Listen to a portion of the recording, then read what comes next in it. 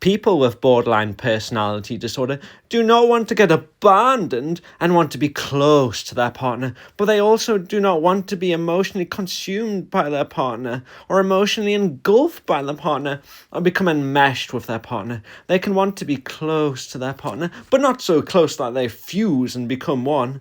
The right amount of distance is in their partner's pocket. Bees can store pollen in little pockets on their legs called pollen baskets. The pollen person says, "I do not want to become part of the hive mind. I would rather be the right amount of distance from the hive mind and be in the bee's pollen basket." In real life, with my OCD, I would never kill or harm a bee or a wasp, but if there was a bee on the sidewalk that needed rescuing and needed to be put next to some flowers where it can't get stood on and where it can get some sugar, I don't think I'd be brave enough to pick up a bee off the sidewalk and to rescue it. I love fluffy things with my autism, and I love fluffy bees and cute round bumblebees. I love the colour and texture of powdery and glittery pollen. Warning! Spoilers for Winnie the Pooh on a blustery day. Here's a 10-minute video about why I stare at the ground. The topic of bees is related to why I constantly stare at the ground. Now, why I stare at the ground is a very multifaceted, complex issue and involves the interplay of several comorbid mental health conditions such as autism, OCD, and possibly bipolar. I do not have borderline personality disorder though, as far as I'm aware. Firstly, I do not want to step on any tiny creatures like insects, mites, or worms because I do not want to inflict suffering on tiny creatures. It's a morality thing, and I don't want to harm any tiny creatures because they may feel pain or suffering if I step on them. Usually there's tiny twigs all over the ground.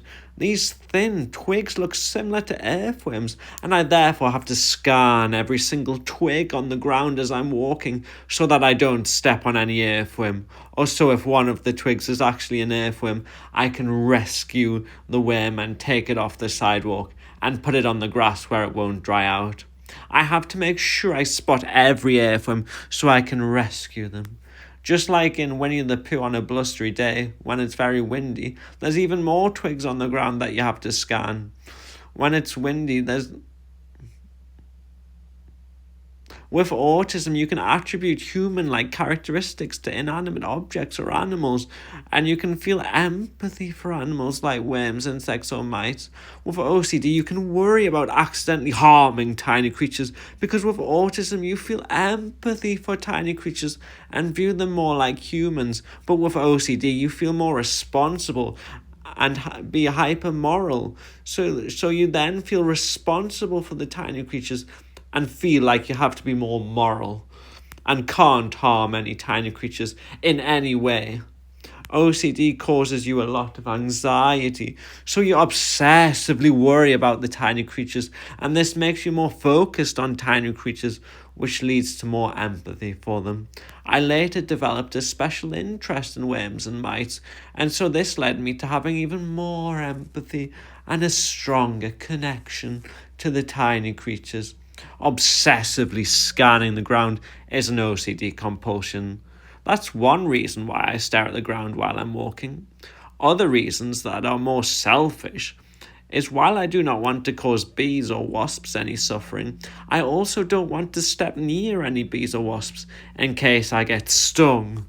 I am very scared of bees and wasps, and sometimes I emit a high-pitched squeal when one comes near me.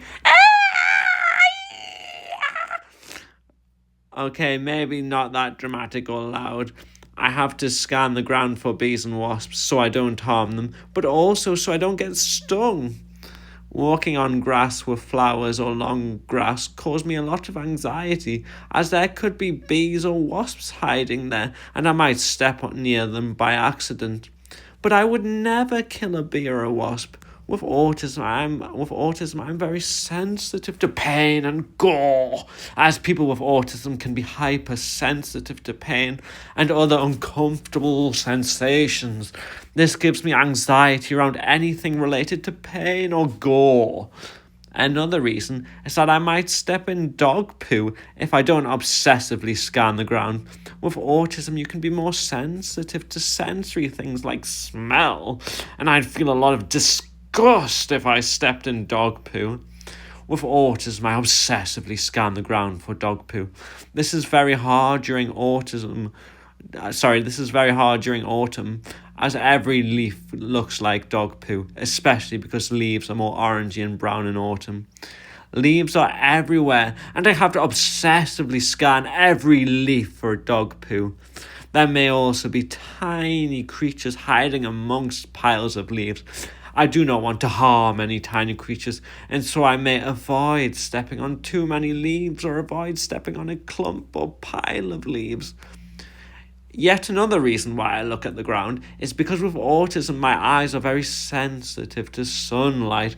I have to look at the ground because looking up is too bright.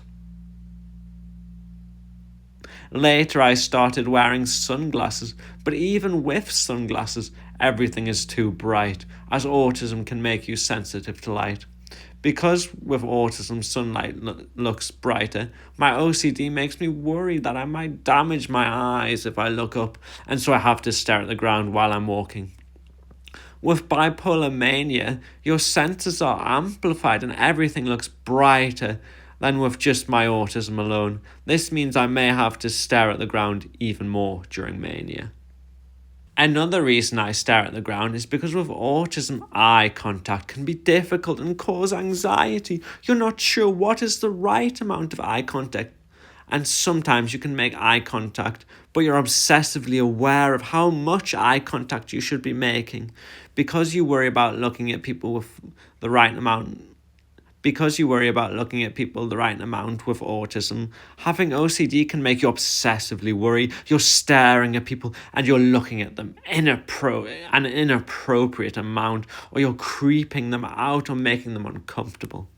If people are even in my field of vision, even though I'm not directly looking at them, it causes me a lot of anxiety as I worry I'm staring at them out of the corner of my eye. This causes me to compulsively stare directly down at the ground so that no one is in my field of view, so that it is not possible to stare at people. With OCD, I worry about creeping people out or making them uncomfortable because I care about morality and being nice. With bipolar, you can have symptoms of mania and symptoms of depression in the same period of time. With depression, your OCD is more critical and negative, and so you worry more about being a bad person, and you have lower confidence or self-esteem. This causes you to look at the ground more, as you worry more that you're staring at people. When experiencing mania at the same time, you're very impulsive and disinhibited. You may be thinking about something different in your head, but you may not even be aware of where you're looking. This means if you're preoccupied and having thoughts completely unrelated to what you're looking at, you may be so disinhibited that you might be staring at someone without even knowing, and you may not even think about what you're doing or any consequences of what you're doing.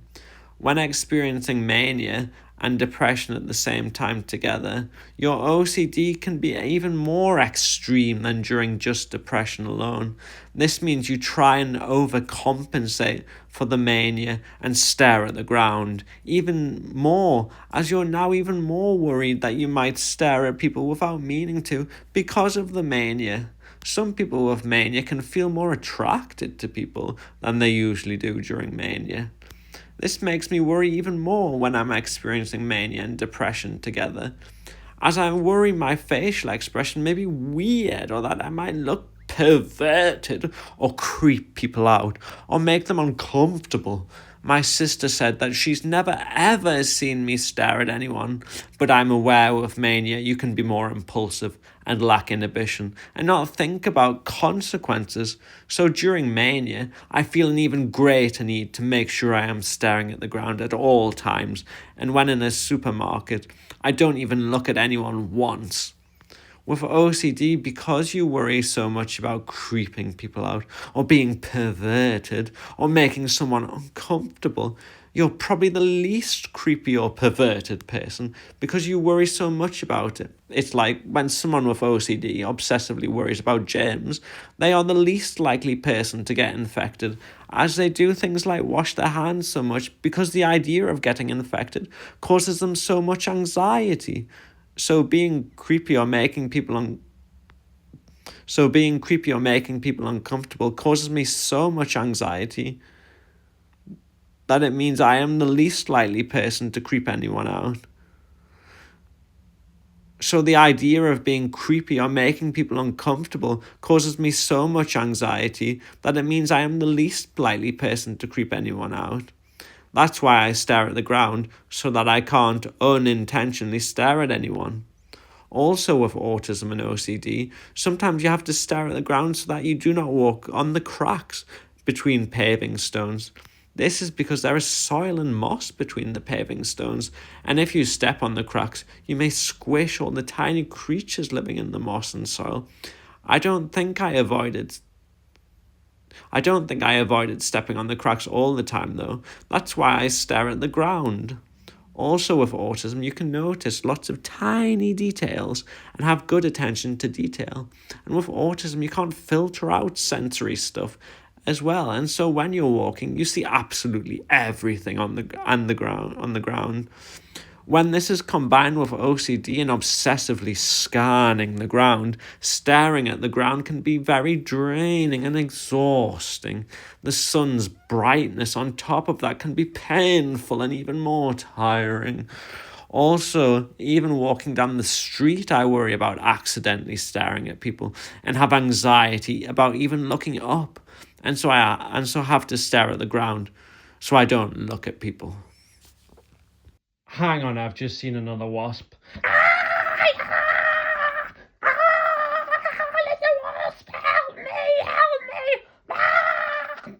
Yet another reason why I stare at the ground is because my special interest was lichen and moss. With autism, you can like soft, spongy and fluffy things. That's a sensory thing. And moss is all soft, spongy and fluffy.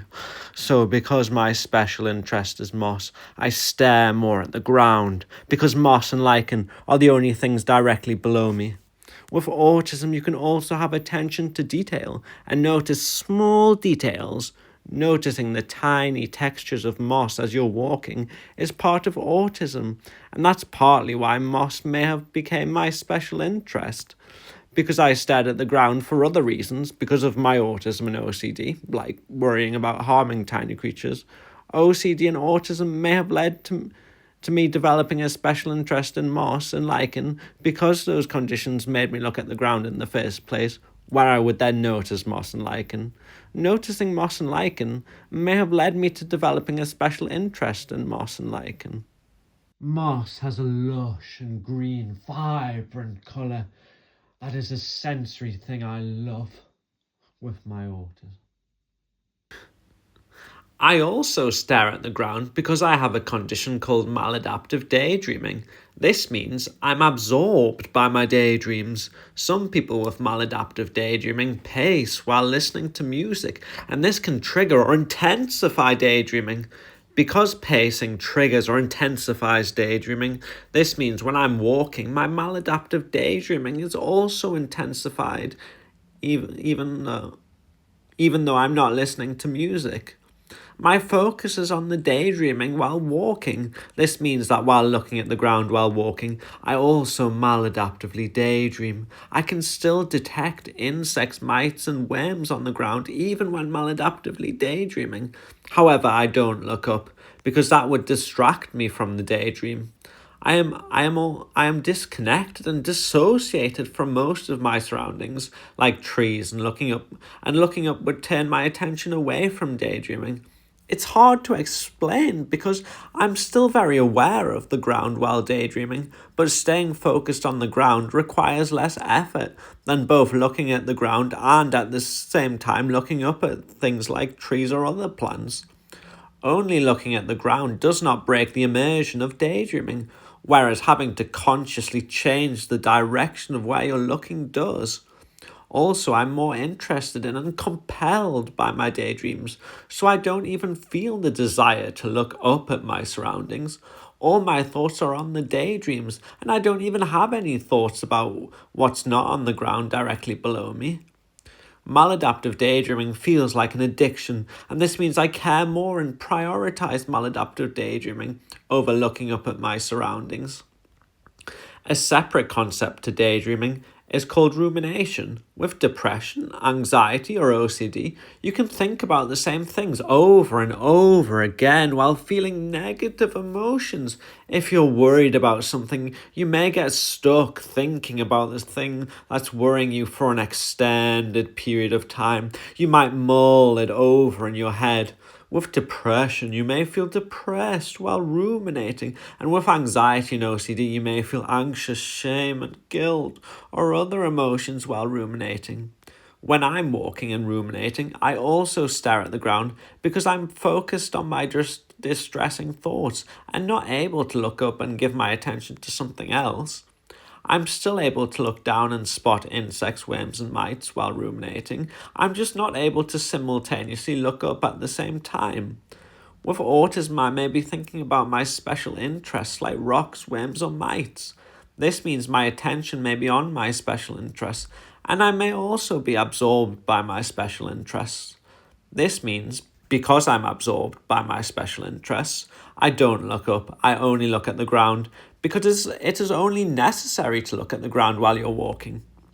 One of my special interests is psychology. This combines with OCD, where I obsessively try to figure out my own psychology while feeling distressing emotions. I maladaptively daydream about my special interests like worms, rocks, and mites. However, psychology is also my special interest, so I daydream about psychology. So my autism special interest in psychology mixes with my OCD obsession with analysing my own psychology, and that mixes with my maladaptive daydreaming, where I try to figure out my psychology, where trying to figure out my psychology actually becomes part of the daydream. Long story short, while walking, I'm thinking about my special interests, I'm ruminating, and I'm maladaptively daydreaming, which means I don't have the bandwidth to look up at my surroundings and pay attention to them as well. I only pay attention to the ground, because that is necessary. My own YouTube videos are also linked to my autism, OCD, and maladaptive daydreaming, and so I think about my YouTube videos a lot while walking.